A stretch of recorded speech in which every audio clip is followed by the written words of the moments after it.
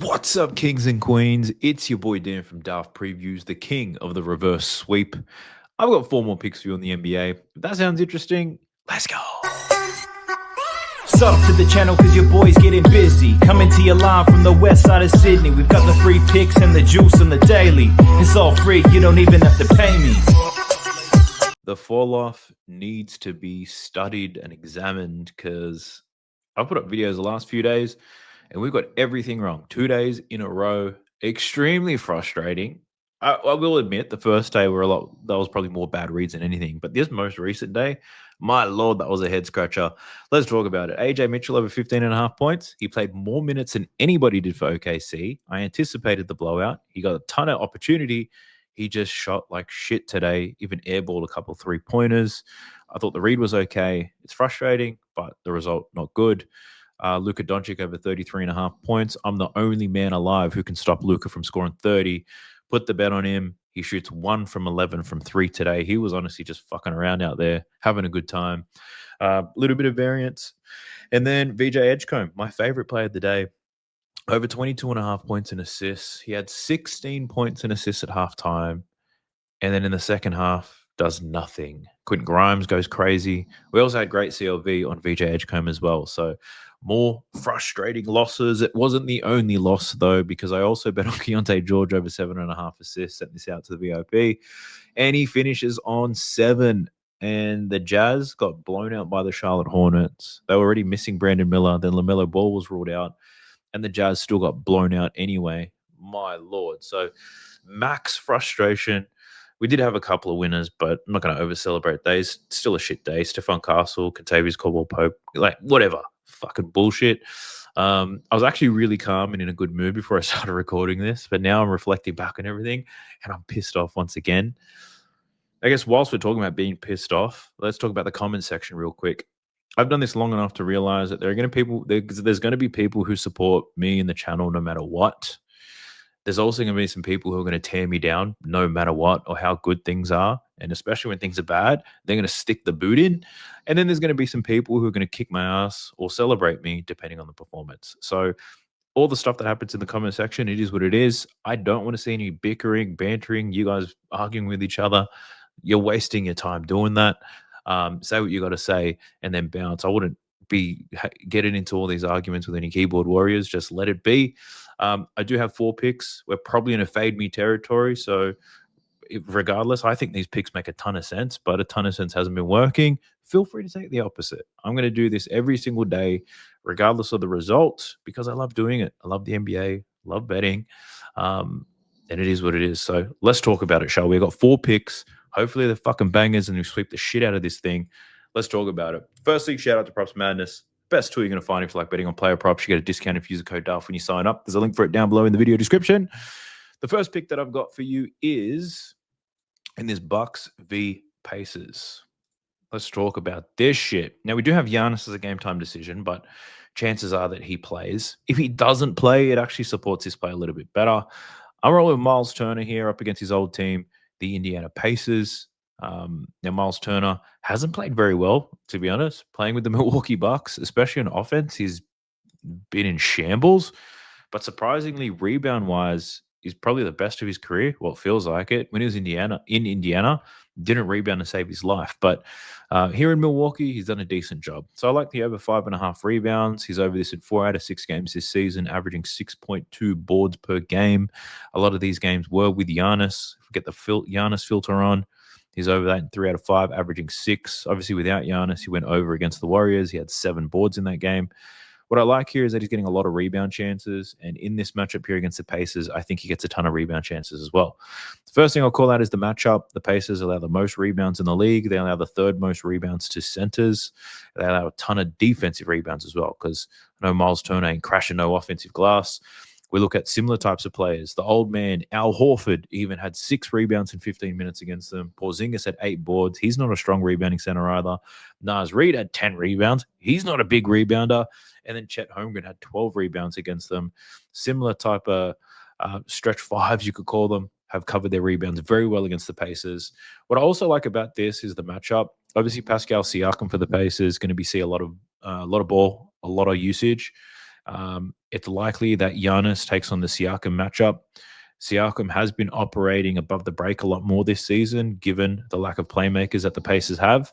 Um, with Siakam drawing Giannis away from the basket, it's going to really leave Miles Turner to defend that rim, and he should be in good defensive position for a lot of this game. He is projected to play about 25 to 28 minutes in this one. So, provided this game stays somewhat close, we've got a 6.5 point spread. Miles Turner should be able to eat up these rebounds alone on the defensive end. So, I do like that. Matchup makes a ton of sense. I'm not sure if I'm going to buy into this revenge type of thing. Like Miles Turner left them. If anything, Indiana should be out for revenge. So hopefully that means the Pacers are going to be up for this game and they keep it really close. Keep Miles Turner's big ass on the floor so he can get us some more rebound opportunities. But if you're big on revenge angles, you could call it that. But Miles Turner over 5.5 rebounds, keeping it real simple there. The next play, we're going against the Jazz. We're looking at someone from the Celtics. We're going with Sam Hauser. I'm taking Sam Hauser over 2.5 3-pointers. This is close to plus money. If you remember my last video, I spoke about the Jazz versus Charlotte Hornets. I said I like Con Knipple and Miles Bridges. They were the two that I was tossing up between because their matchup was bloody awesome. LaMelo Ball was then ruled out. Both of their lines moved up, and I was like, oh, I don't know if I want to take this. They both still went fucking crazy, and they obliterated the lines against Utah because Utah's a sack of shit. But we've got Sam Hauser, and he also seeks the same fantastic matchup. And that matchup I'm talking about here is Utah's defense on the perimeter. You can see it here. They allow the third most points above the break. Sam Hauser scores 80% of his points there. They allow a ton of three-pointers. They allow the most three-point attempts made. They've got the 5th worst defensive rating. They have the worst defense against spot-up shooters. And Sam Hauser is one of the most spot-up shooting guys you're going to find. 66% of his points come from spot-up shooting specifically. So he has the ideal matchup here against the Utah Jazz. And what I also love about this is his season numbers actually align to this quite well. If we just play with the filter here on how teams defend the spot-up, you can see here the 76ers, which he played twice. They're a top 10 team in defending spot-up shooters. He had 2 and 1 against them. He also had a game against the Detroit Pistons. They're the 7th best team defending spot-up shooters. He only made 2. He had a tough matchup against spot-up shooters against the New Orleans Pelicans, but it was a blowout, so he saw extra minutes. He was 3 from 10 in that game, so saw a lot of volume. And then he had the Houston Rockets. That was a 27-point blowout. They're good at defending the 3-ball. He didn't see many opportunities because of that blowout. And then you take a look at the games where he went absolutely crazy. The New York Knicks, 3rd worst team to spot up shooters. He hit 6 from 10.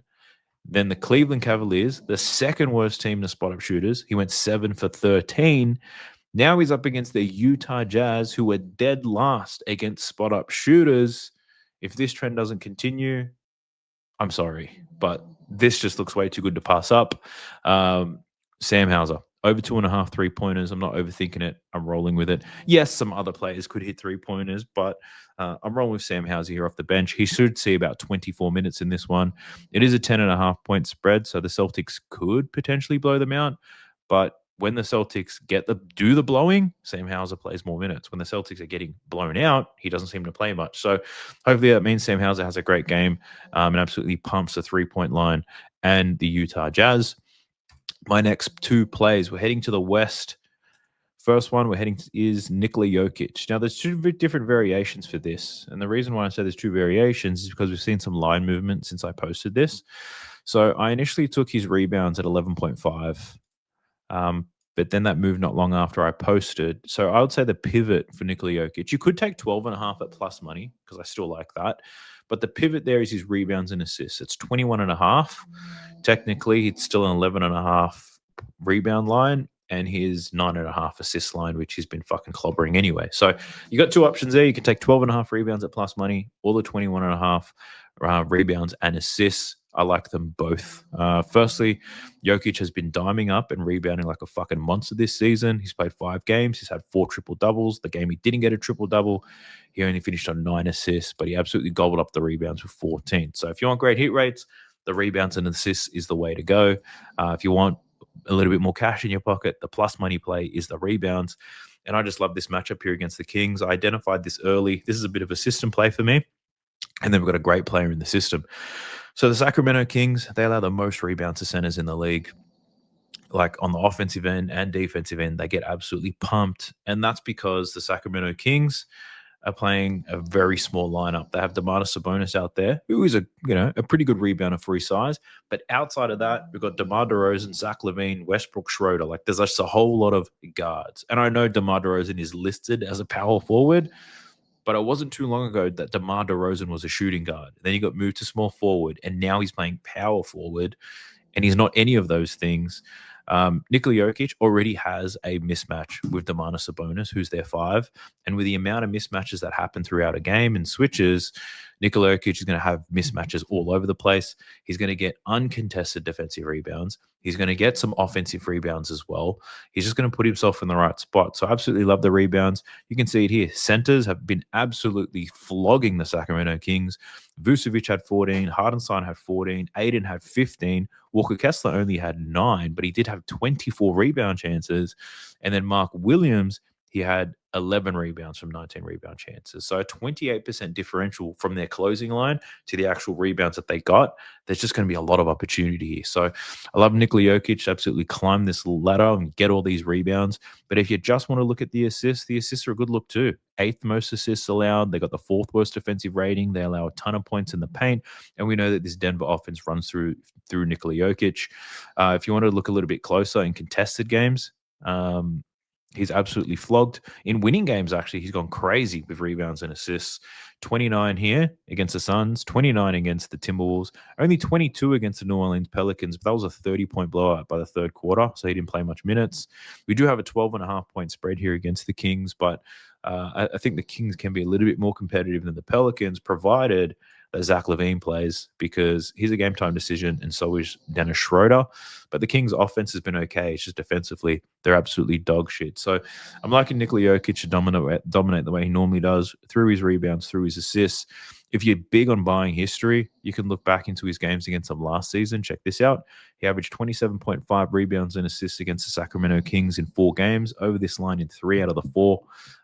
Just some splendid work here from Nikola Jokic. And in all of these games, did a very decent job rebounding the ball as well. Just looking at his boards, 15.8 rebounds per game, 11.8 assists per game.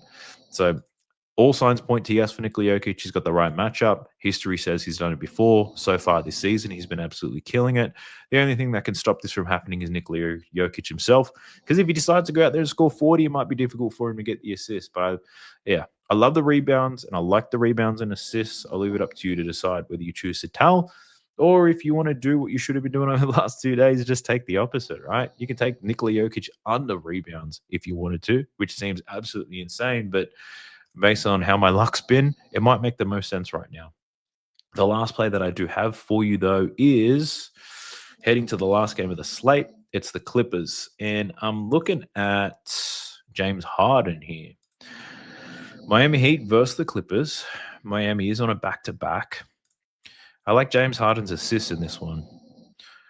Over 8.5 assists for James Harden. He's over this in 3 out of 5 games, averaging 9.2 assists per game. Now, if you look a little bit closer, there's some pretty interesting stuff here. They lost by 21, and he still managed to get 11 assists in that game.